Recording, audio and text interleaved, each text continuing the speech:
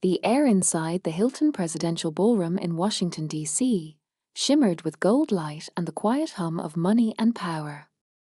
The chandeliers sparkled above a crowd that included cabinet members, defense contractors, and foreign dignitaries. The smell of expensive cologne mingled with the faint tang of polished silverware. From my position along the wall, half hidden behind a tray of champagne flutes, I watched General Richard Lawson, a decorated four-star whose commands could move entire fleets, raise his glass. The room stilled. Every conversation paused. 100 of the most influential people in the country waited for his toast. Intel had predicted this exact moment. My pulse slowed in that strange way it does before action, training kicking in, nerves replaced by precision.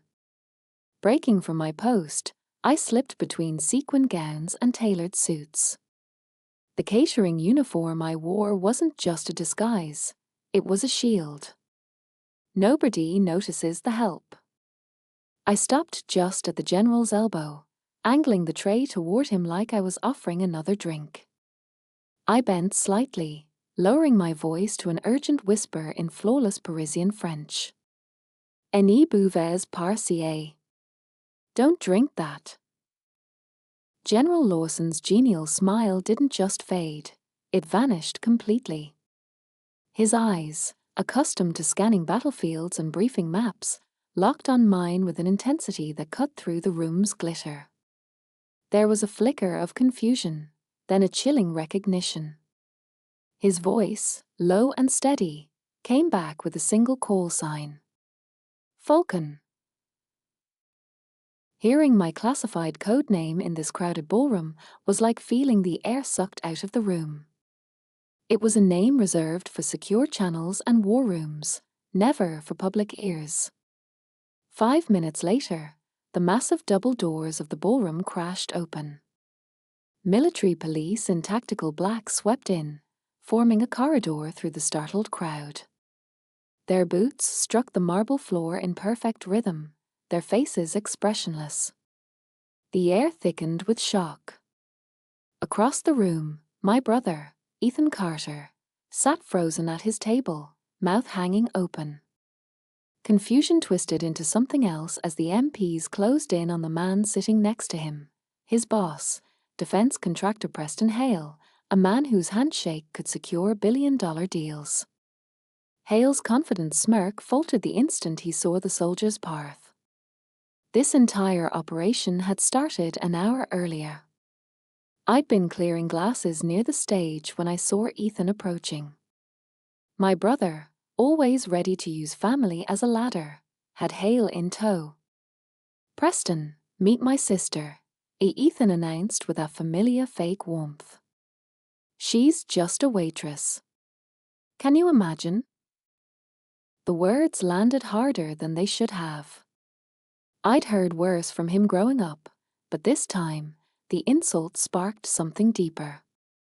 I remembered the college fund they drained for his startup. The way my achievements were always acute, while his were celebrated at every dinner. Hale barely looked at me, offering the kind of dismissive glance you'd give a smudge on your cufflink before turning away. It was all the confirmation I needed.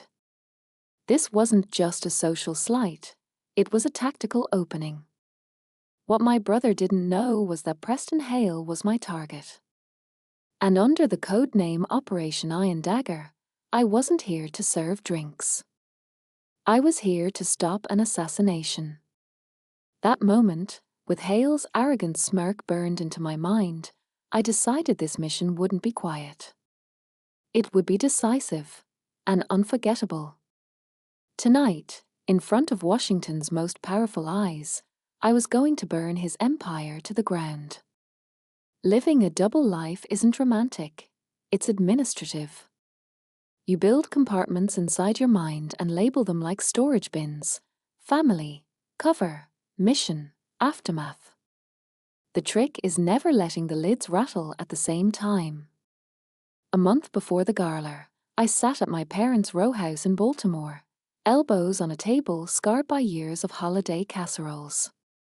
My father, Thomas Carter, forever measuring success by job titles and square footage, leaned forward, rapt, as Ethan described a synergies and a verticals in Preston Hale's orbit. My mother, Diane, refilled wine glasses and smoothed tension the way she always had, with soft smiles and gentle lies. "That's my boy," a dad boomed, clapping Ethan on the shoulder. "You're in rooms that make the country move." He turned to me with a tempered smile. "And you, Aver? How's the restaurant work?" "I've been tapped for advanced hospitality training in Chicago," EI said, sliding the cover story onto the table like a place card. "Wine programs, event logistics, the whole thing." Mom brightened. "That's practical. A skill you can use anywhere." Practical. Useful. The words sat where recognition should have been. Ethan swirled his glass and offered a pat on the head disguised as a toast. To Aver, making guests feel welcome. The ledger in my mind flipped open. Tuition drained for Ethan's seed round, the way every family update became a stage for his next act. I smiled, folded my napkin, and chose not to bleed. Chicago didn't happen. 3 days later, I walked into a windowless briefing room beneath a Defense Intelligence Agency annex in Arlington. No floral wallpaper, no wine pairings, just steel, recycled air, and the persistent hum of servers doing quiet violence to secrets. My handler, Major Eleanor Brooks, stood at the far end of the table. She had the unadorned authority of someone who didn't waste words or seconds. A dossier lay open beside a wall display, satellite stills, wire traces, an organizational chart ending with a familiar face. "Forget logistics," a Brooks said, laser pointer glowing red on Preston Hale's photo. His moving guidance packages and telemetry offsets, tiered, compartmentalized, traced to a foreign service through a cutout. "Tonight's Garler is the bridge." She clicked to a second image, General Richard Lawson, flanked by aides on a tarmac. Lawson is the bait and the shield. Public setting means optics are favorable to us, unfavorable to them. "Objective?" I asked. "Asset protection and disruption," Ishi said. "Your cover is catering staff." Hale's tradecraft uses asymmetry. He assumes power protects him from scrutiny and invisibility can't harm him. Be the contradiction. My call sign burned quietly in the room's cool air. Falcon. Brooks met my eyes. "Falcon, you are our only inside asset. You will not miss." Training ran like muscle memory, silent entries, counter-surveillance routes through service corridors, the habit of scanning faces for intent rather than charm. We studied building schematics provided by a friendly at the hotel, dumb waiters, egress points, camera blind spots, even the likely refuge points for VIPs if things went loud. I memorized the logistics like liturgy. "Vector?" I asked.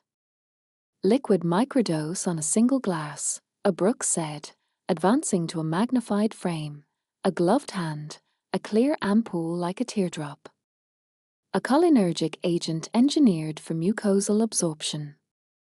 No smell. No taste. Onset masked as cardiac distress.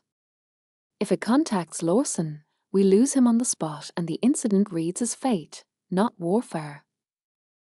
She outlined contingencies with the calm of a surgeon, trigger phrases, positioning protocols, cross-deck signals with the MP unit staged 2 minutes out at the service entrance. Public arrest protocol alpha. My nod would be the starter pistol. If the handoff failed, if Hale bolted, If the compromised waiter slipped the net, we had other measures. None as clean. None as instructive. Brooks slid a slim, flesh-colored earpiece across the table. Bravo, control net. Keep transmissions tight. You have tactical discretion to escalate. I fitted the comms, felt the click in my ear like a lock turning. Copy. The week of the event, my mother called while I traced the ballroom's blueprint with a pen cap. Ethan is over the moon, she said. Mr. Hale will be introducing him to everyone who matters. It's a big step. Are you sure you can't take the night off and support your brother? I followed a line on the map from the kitchen pass-through to the dais, from the dais to the general's route to the microphone. I'll be there, I said, because truth and lies sometimes share a doorway. They didn't speak my language, risk and probability, threat and countermeasure, costs paid in anonymity. So I chose the only dialect they recognized, public consequence. Backstage at the Hilton. The world reduced to narrow halls that smelled like detergent and chilled air. Catering staff filed past me with the distracted choreography of people who move other people's nights along. I checked the tray assignments, watched a man in a black tie whisper to a waiter whose hands trembled just enough to tell me he was learning how fear feels in real time. He drifted toward a side station near the bar. Another contact slid in from the edge of my vision, body blocking for 3 seconds, long enough for a transfer to happen hand-to-hand and vanish into the geography of a crowd. I shifted a step, then another, a shadow with a purpose. At the prep counter, the waiter uncapped a vial with his back angled to the room. The moment was practiced, not perfect. He palmed a single flute, touching the rim with care. The microdose glistened for a fraction of a heartbeat, then became nothing at all. Delivery vector confirmed. I moved into the service corridor, pressed 2 fingers to the earpiece, and let the ballast drop from my voice. Bravo 1 to control, I murmured. Iron Dagger is live. Vector confirmed. Requesting Alpha. Silence, then Brooks's voice. Calm, conductor steady. Control copies. Alpha authorized. MP stack on 90-second hold. Eyes on signal at your discretion. I flexed my fingers around the tray handle until my grip felt like it belonged to me. The hum of conversation bled through the door in a warm, expensive wave. On the other side, the stories people told about themselves, power, importance, inevitability, were about to collide with the story I was writing. I stepped back into the ballroom. Lawson stood beneath a wash of golden light, the crowd turning with him like a field of sunflowers. Across the carpet, Ethan practically vibrated beside Hale, soaking in reflected importance as if it could tan him a permanent shade of success. This was the scene Ethan would phone home about, the one Dad would replay in his head while mowing the lawn. I let my brother have that imagined future for one more breath. Then I moved. Straight line, practiced smile, eyes soft but busy. I intercepted the trembling waiter, lifted the silver tray with a professional nod. I'll take it from here, I said in a tone that makes people obey without knowing why. He stepped back, relieved to surrender a weight he didn't understand. Now it was just me, the general, and a single treacherous curve of glass. I angled the tray so Lawson could take any flute. When he turned, I leaned in close, let the French slide out like a parseword that only belonged to us. Any bouves par. 3 syllables and a fuse. His expression shifted, party host dissolving into battlefield mind. He saw not a waitress but an operator with orders that mattered. Falcon, he breathed, the name a recognition and a vow. He set the glass back down, untouched. Across the room, Hale's face flickered. Confusion, calculation, then fear. He felt the current change. He didn't know how. He didn't know by whom. I tilted my chin the barest degree toward the main entrance. Alpha. Now. The ballroom doors slammed open, and the sound hit the crowd like a gunshot. Every conversation died mid-sentence. The air, moments ago scented with champagne and imported orchids, thickened with the metallic edge of fear. Through the main entrance, the military police unit advanced in a tight, deliberate formation. Black tactical uniforms, weapons slung low but ready, boots in perfect cadence against the marble floor. The guests instinctively parted, their glittering gowns and tailored tuxedos retreating like waves before a prow. General Lawson didn't move, didn't flinch. His glass sat untouched on my tray, the poisoned rim glinting under chandelier light. His gaze held mine for one last beat, a silent acknowledgement between soldiers, before he turned to face the unfolding storm.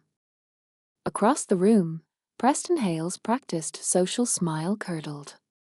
His eyes darted to the exits, calculating. He had the look of a man who'd spent his life believing every door was open to him and was only now realizing they could also slam shut. And then I saw Ethan. My brother's grin had frozen halfway into some anecdote he was feeding the British ambassador. He followed the MP's line of march, expecting, I'm sure, to see them converge on the general. His world still made sense, for about 3 more seconds. The lead MP stepped around Lawson without so much as a glance. They passed Ethan's table, boots whispering on the carpet. Hale rose half an inch from his chair before an MP's hand clamped down on his shoulder with the weight of inevitability. Preston Hale, the squad leader said, voice carrying over the stunned silence, you are under arrest for conspiracy to commit treason and attempted assassination of a U.S. military officer. Gasps rippled through the room like shrapnel. Cameras, both official and civilian, flashed. Hale's hands were pulled behind his back, the cuffs clicking into place with a finality that carried all the way to my brother's face. Ethan's mouth opened, closed, opened again. Wait, he stammered, rising as if proximity could shield him from the fallout. There's some mistake. I work for him. One of the MPs blocked his path with an arm like a steel beam. Sir, you will be questioned as a material witness. Do not interfere. They moved Hale out, flanked on both sides, his tailored suit and $1,000 shoes no protection against the black tide. The crowd, sensing both danger and gossip, leaned in while keeping their distance. Power attracts, even when it's bleeding. Lawson crossed the room toward me. He didn't hurry. Generals never do. When he stopped in front of me, it was with the kind of stillness that draws every eye in the room. Your intel was flawless, Falcon, he said, his voice pitched just high enough to carry. You just prevented an international incident. The words were meant for me, but the audience was everyone, including the man now staring at me from 20 feet away as if I'd turned into a stranger. Ethan's expression was almost childlike in its disbelief. The sister he'd introduced minutes earlier as just a waitress he was being commended, publicly, by a 4-star general using a name he'd never heard. It wasn't the praise that landed the blow. It was the shattering of the story he'd been telling himself for years. I gave Lawson a small nod. Just doing my job, sir. After the MPs cleared the room and the press had been gently, firmly escorted away, I found myself in the embassy's secure debriefing suite, far from chandeliers and champagne. The air was filtered, the light flat and honest. Major Brooks sat across from me, her tablet already filling with notes. Lawson leaned against the wall, arms folded, the weight of averted disaster settling into something like satisfaction. "You played it well," a Brooks said. "Kept it clean. Public enough to send a message." That last part hadn't been an accident. Through the one-way glass, I could see Ethan in a smaller room down the hall. He sat hunched in a plastic chair, suit rumpled, answering questions he couldn't possibly have prepared for. Without Hale's shadow, he looked smaller, younger, like a man suddenly aware that he'd been walking a tightrope without seeing the drop beneath him. For years, I'd kept my worlds separate. Tonight, I'd let them collide. And in the wreckage, the truth was standing clear. By the time I left the debriefing room, the Garler was a ghost of its former self. The orchestra had stopped mid-set, tables sat abandoned, champagne flutes sweating onto white linen. The few remaining guests whispered in tight circles, their eyes darting to the exits as if another wave of MPs might burst through at any moment. I moved through the service corridor, my catering jacket slung over one arm. The adrenaline was gone, replaced by the sharp clarity that always follows an op, when every sound, every sense seems hyperreal. My boots echoed against the linoleum. Somewhere down the hall, a refrigeration unit hummed steadily, the only mechanical heart in an otherwise still building. Outside, the night air was sharp with the smell of wet asphalt. A convoy of black SUVs idled at the curb, lights low. One of them peeled off toward the secure wing of the embassy with Preston Hale inside, headed for a very long conversation with people who didn't need to raise their voices to make him sweat. I caught sight of Ethan being led out another exit by a pair of plainclothes agents. He wasn't cuffed, material witnesses rarely are, but the look on his face was a cocktail of confusion, humiliation, and a dawning fear that he'd been orbiting a sun that just went supernova. Our eyes met for a fraction of a second. His mouth moved as if to say something, but the agents kept him moving. I didn't break stride.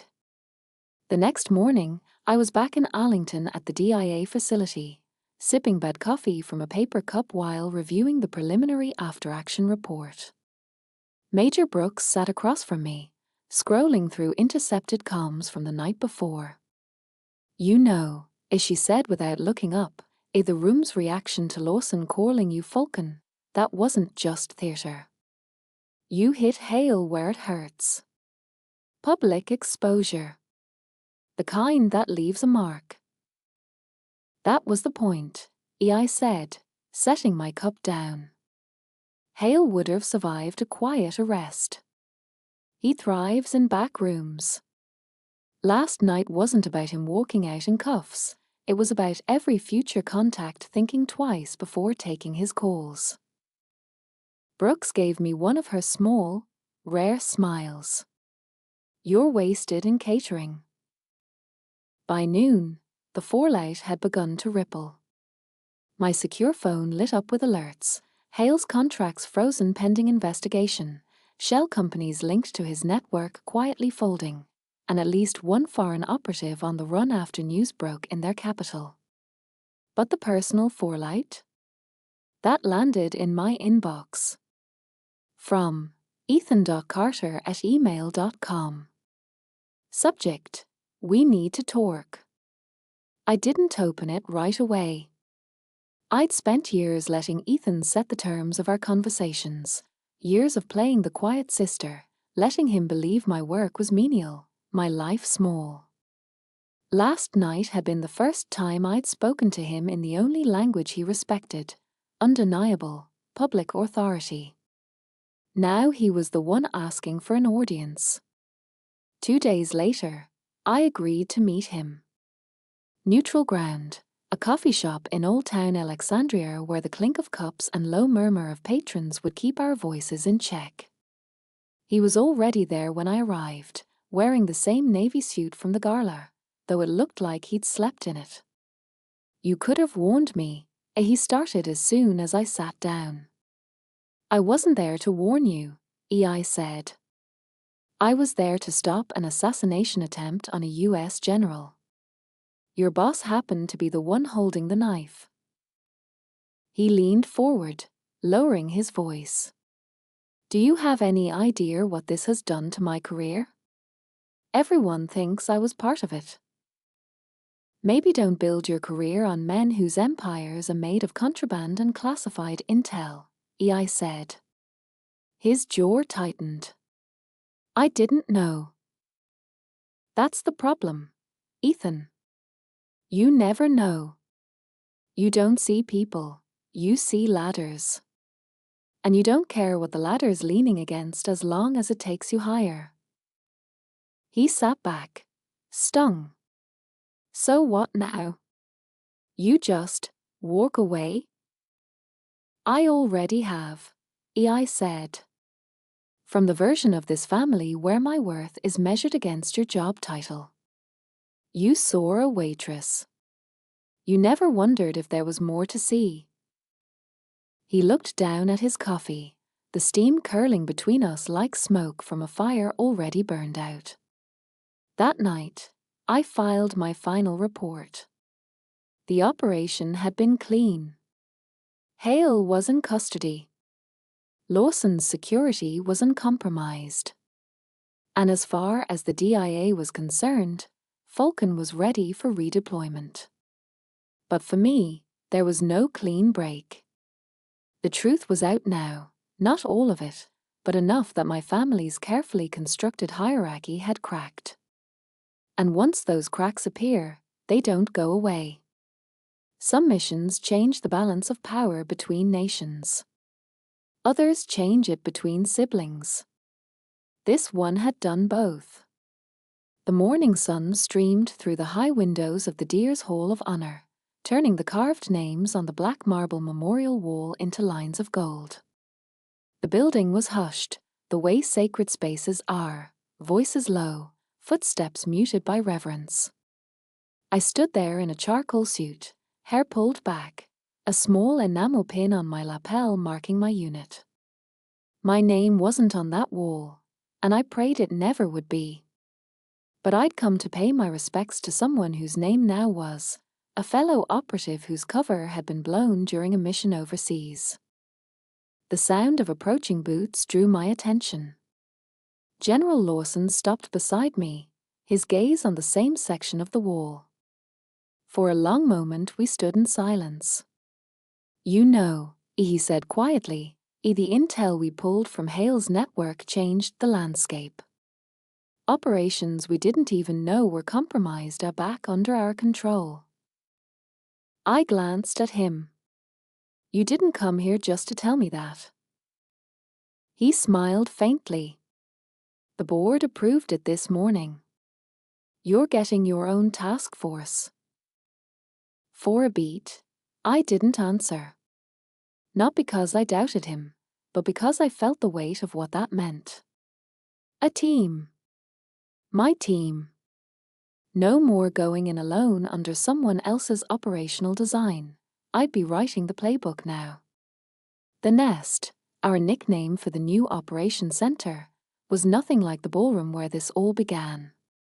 No chandeliers, no champagne, just rows of secure workstations, a war table with integrated displays, and a hum of focus that never stopped. I handpicked every member.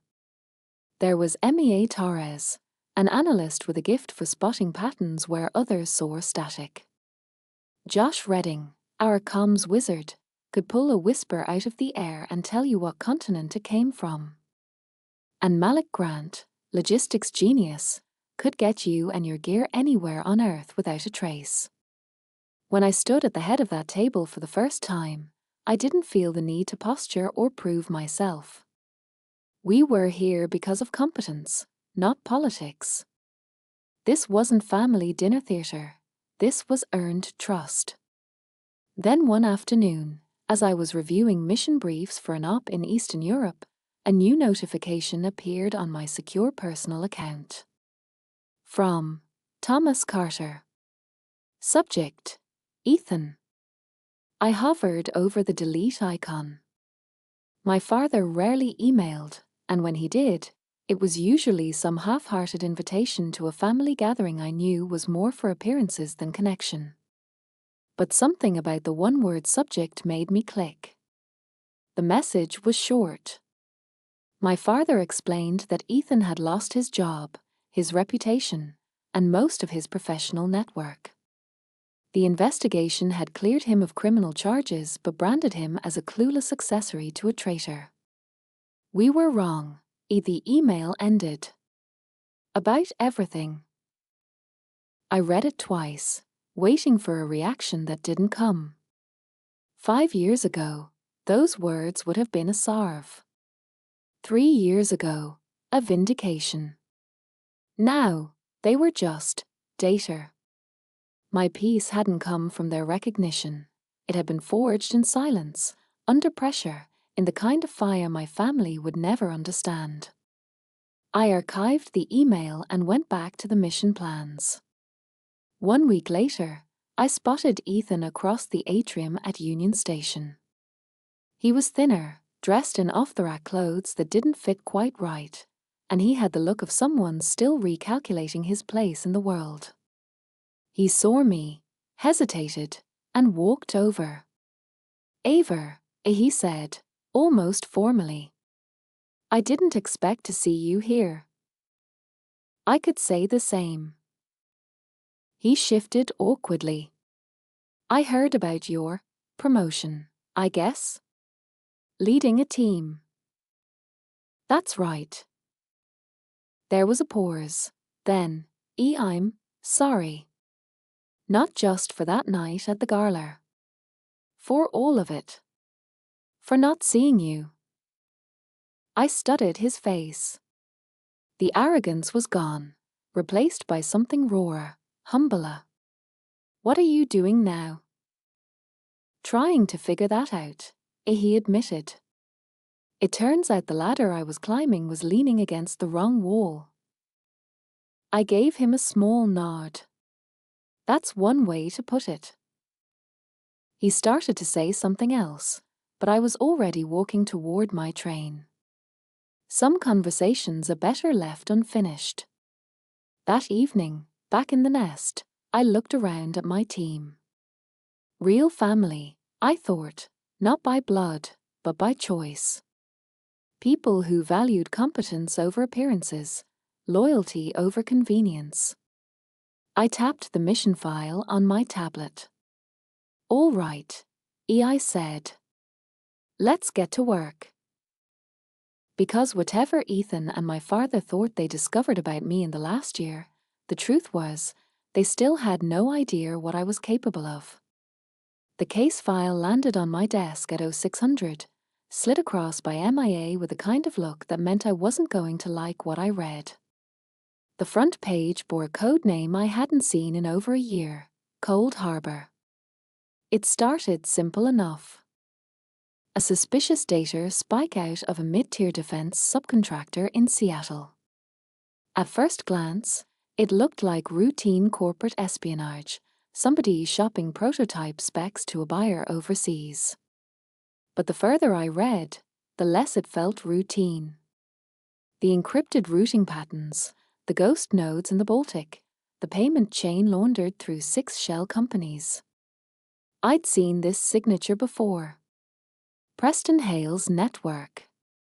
Which shouldn't have been possible. Hale was still in a federal detention center in Virginia, his communications monitored and heavily restricted. Yet here was his old architecture, breathing like it had never been dismantled. I pushed the file toward MIA. "Tell me this isn't what it looks like." She shook her head. Same encryption cadence, same packet obfuscation. It's not just a copycat, it's an active relay from the original net. Which meant someone from inside Hale's inner circle was still operational. Someone we'd missed. We hit the ground in Seattle 48 hours later. Malik had arranged our travel so cleanly that we passed through security channels usually reserved for congressional delegations.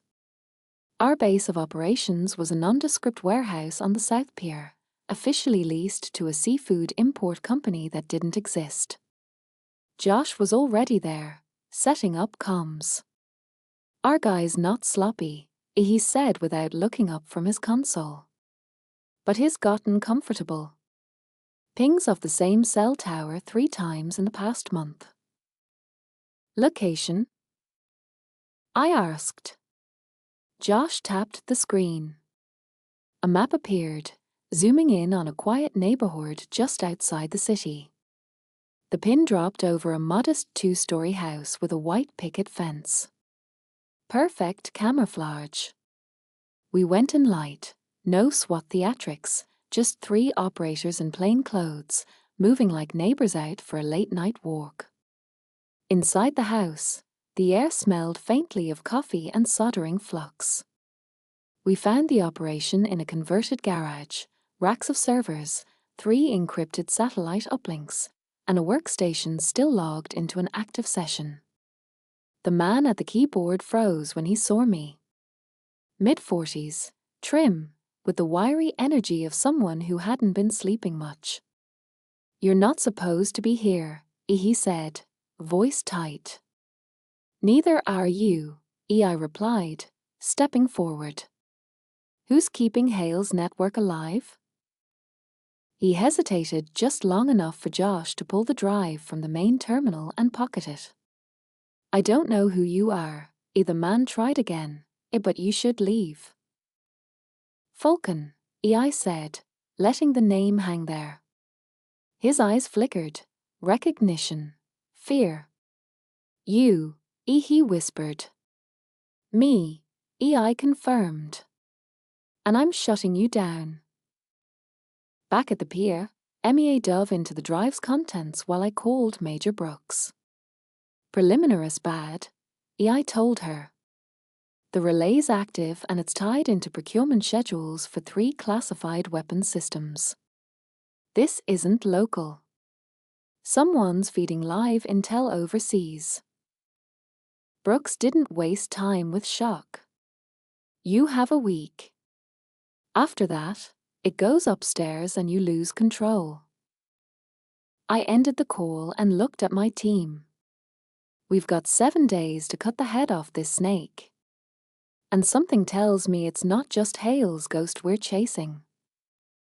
That night, I walked the pier alone, the air cold enough to sting my lungs. It had been over a year since the Garler, since I'd thought we'd buried Hale's network for good. Now it was back, adapted, like a virus finding new hosts. This was more than just another op. This was unfinished business. And I wasn't about to let the past dictate the future, not for me, not for my team, and not for the people who'd pay the price if we failed. Day 1 began at 0500, the nest lit only by the glow of monitors.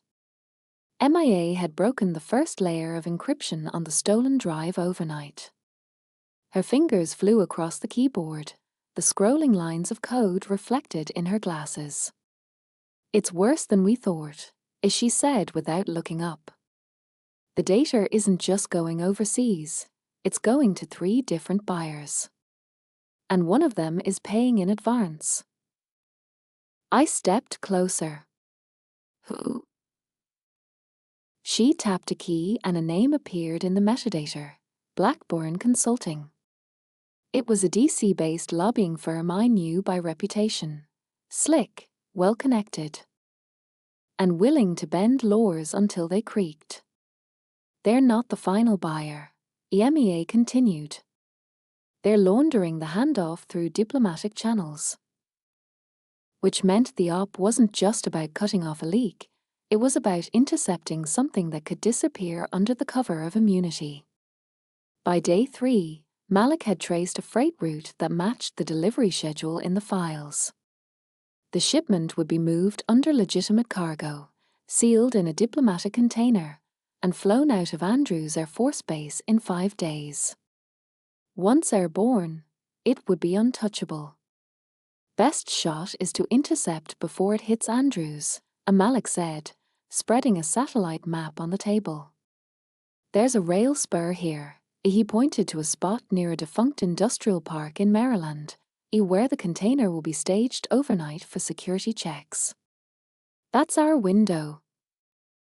Security checks, Josh repeated with a grim smile. Meaning men with guns who think they're guarding sensitive electronics, not treason. I leaned over the map. Then we don't go loud.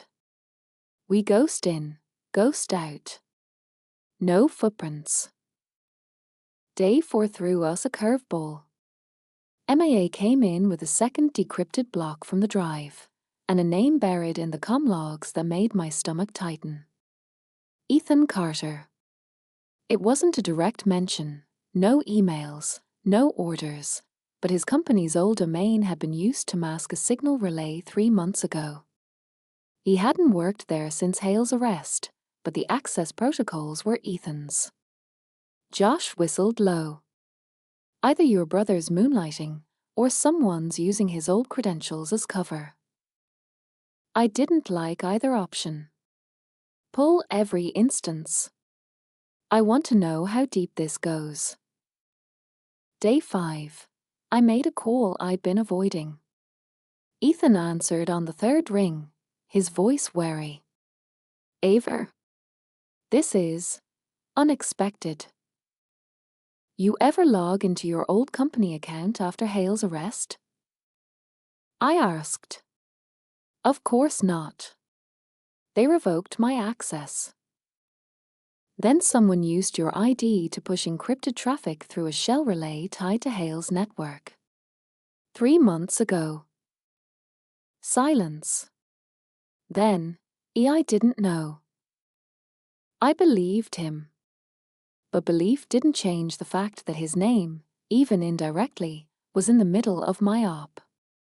Stay available, I said, and hung up. By day 6, the rail spur op was set. Malik had the insertion route mapped, Josh had a clean comms channel piggybacked on a municipal maintenance frequency, and MIA had cracked enough of the drive to confirm the container number.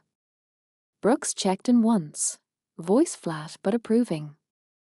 You have 1 day. Make it count. That night, I found myself at the nest long after the others had gone, staring at the ops board. Threads connected Hale's original network to the Seattle Relay, to Blackburn Consulting, and now, through some twist of fate, to Ethan. The mission had started as professional cleanup. Now it was personal again, whether I wanted it or not. 7 days. 1 shot. And if we missed, the leak would vanish into diplomatic shadows where even Falcon couldn't follow. The night of the intercept was moonless, the kind of dark that swallows headlights and makes the air feel heavier. We staged 2 miles from the rail spur in a dirt lot, the hum of the portable comms rig the only sound. Malik checked his watch, then gave a small nod, right on schedule. The target, a steel-sided diplomatic container riding low on a flatbed rail cow. It would be parked in a secure siding overnight, guarded by a contracted security detail. They'd think they were babysitting sensitive electronics on its way to an embassy. In truth, inside were 3 guidance modules for a missile system still in classified testing. The plan was simple on paper: infiltrate, swap the container's locking mechanism with our own, and ghost out before the guards knew anything had changed. In reality, nothing about breaking into a diplomatic shipment on US soil is simple. Malik drove the van along a service road that paralleled the tracks, lights off, guided by Josh's whispered updates through the comms. 2-man patrol, north perimeter. Thermal shows minimal movement inside the guard shack. We parked in the shadow of a rusted water tower. MIA and I moved first, cutting through a chain-link fence where the steel had already started to corrode. The cold bit at my fingers as I slid inside the perimeter, my eyes scanning for the rhythmic movements of a patrol. I spotted them near the west gate, 2 men in dark jackets, talking casually, their rifles slung low. Josh's voice came in my ear. "They're drifting toward your 9 o'clock. 30 seconds until they hit line of sight." I pressed flat against the container side, heart steady, breathing measured. The patrol passed without noticing, their conversation about football scores fading into the night. The lock on the diplomatic container was a custom seal with a tamper-evident mechanism. Malik had designed our replacement to be visually identical but keyed to our override code. I crouched, the metal cold against my knees, and started working. "Falcon, you've got 3 minutes," a Josh murmured. "Guard rotation's about to shift." The click of the final pin releasing was louder than it should have been, but the seal came free. I slid the duplicate into place, pressing until I felt the hidden latch engage. To anyone checking, it would look untouched. We moved back toward the fence in a staggered withdrawal, Malik bringing up the rear. The plan was to let the container travel to its next stop, then pull it off the rail under controlled conditions. Clean, quiet, no exposure. We were 30 yards from the van when Josh's voice cut in, sharp. "Falcon, you've got company, north fence breach, for unknowns inbound fast." MEA swore under her breath. "They're not on my patrol chart." Through the shadows, I caught shapes moving low and quick, gear strapped tight. Not the hired security. These were professionals. And they were headed straight for the container we'd just tagged. "Change of plan," EI said, dropping to a knee and pulling the suppressed sidearm from my jacket. "We're not letting them open that box." The next 60 seconds blurred into motion. Malik flanked left, using a stack of pallets for cover. MIA took position behind a loading dock, her rifle steady. I advanced along the fence line, using the dark to close distance. One of the intruders reached the container and knelt, pulling tools from a pouch. I sighted in, exhaled, and sent a round into the dirt 6 inches from his hand. He froze, head snapping toward me. "This isn't your shipment," I said quietly, my voice carrying just enough. For a moment, no one moved. Then one of them, taller, confident, spoke. "We're on the same side, Falcon." The name hit like a tripwire. I didn't know his face, but he knew mine. "How do you know me?" "Because," he said, lowering his tool, Hale's network wasn't just Hale. And the man paying for the shipment knows your family. We extracted without bloodshed, the intruders fading into the dark as quickly as they'd come, but the implications stayed with me. This wasn't over. The leak wasn't just a leftover from Hale's empire. Someone connected to me, personally, had their hands in it. And in less than 24 hours, would have to decide whether to pull the container under controlled conditions, or spring the trap now and risk everything. The container was scheduled to roll out at 0700. By 0600, we were already in position at a secure intercept site, an abandoned freight terminal reproposed for federal seizures. The rails here ended in a dead zone, hemmed in by high fencing and blind to the public. Perfect for opening something we weren't supposed to touch. Malik guided the flatbed into the terminal using a commandeered switch engine. As soon as the brakes hissed, MIA and I were on the container, cutting the seal we'd planted the night before. The lock gave way cleanly. Inside, rows of padded crates sat under thermal blankets. I peeled one back, revealing the guidance modules, compact, deadly, and worth more than most people would earn in a lifetime. Josh's voice came over comms. Tense. We've got inbound. Black SUV Conver. 5 minutes out. No plates. Encrypted chatter. I exchanged a look with Malik. They're here for the handoff.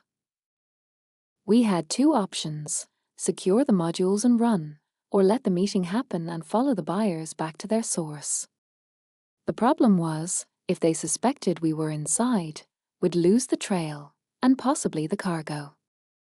Falcon, EMEA said quietly. One of the Conver IDs just matched a contact from Ethan Carter's comm history. The words hit harder than they should have. Who? She hesitated. Daniel Price. Hale's former logistics chief, and Ethan's mentor at his first job. I stepped back from the container. Price had vanished after Hale's arrest, presumed retired or dead. If he was running this pickup, then Hale's network had been reborn under new leadership. And my brother, knowingly or not, had been used as cover. The SUVs rolled in, engines low, doors opening in unison. 6 men in dark jackets stepped out, moving with military precision. Price was in the lead, older than I remembered from surveillance photos, but with the same calculating eyes. Falcon, he called, spotting me immediately. You've been busy. You've been sloppy, I said, keeping my weapon low but ready. Running Hale's playbook without Hale? That's ambitious. He smiled faintly. You think this was Hale's? He was just a middleman. This is bigger than him. Or you. I kept my tone even. Then tell me why you're using my brother's old credentials to hide your traffic. Because, a Price said, stepping closer, Ethan Carter's a perfect ghost. Clean record, easy to manipulate, and the last person you'd suspect, unless you already knew the truth about your family's loyalties. For a heartbeat, the world narrowed to just the two of us. He was baiting me, trying to get a reaction, maybe even plant doubt. But there was no time for games. The clock was ticking, and the Conver's rearguard was starting to fan out. Josh, I said into the comms, mark them. A faint click confirmed the trackers were in place on all 3 SUVs. Malik, close the box, AI ordered. We're letting them take it. MEA shot me a sharp look but didn't argue. We sealed the container and stepped back as Price's team loaded it onto a waiting trailer. Price gave me one last glance before climbing into the lead SUV. This isn't over, Falcon, he said through the open window. I'm counting on it, I replied. By the time the convoy disappeared down the access road, our team was already in motion.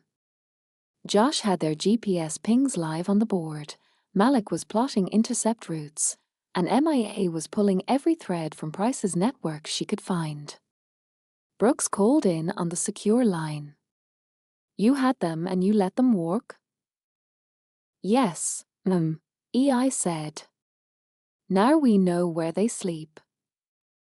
That night, back in the nest, I stood at the head of the table as the team reviewed the op. On the screen was a map with 3 blinking dots, the Conver's current positions. This started as cleanup, I told them. Now it's a dismantling.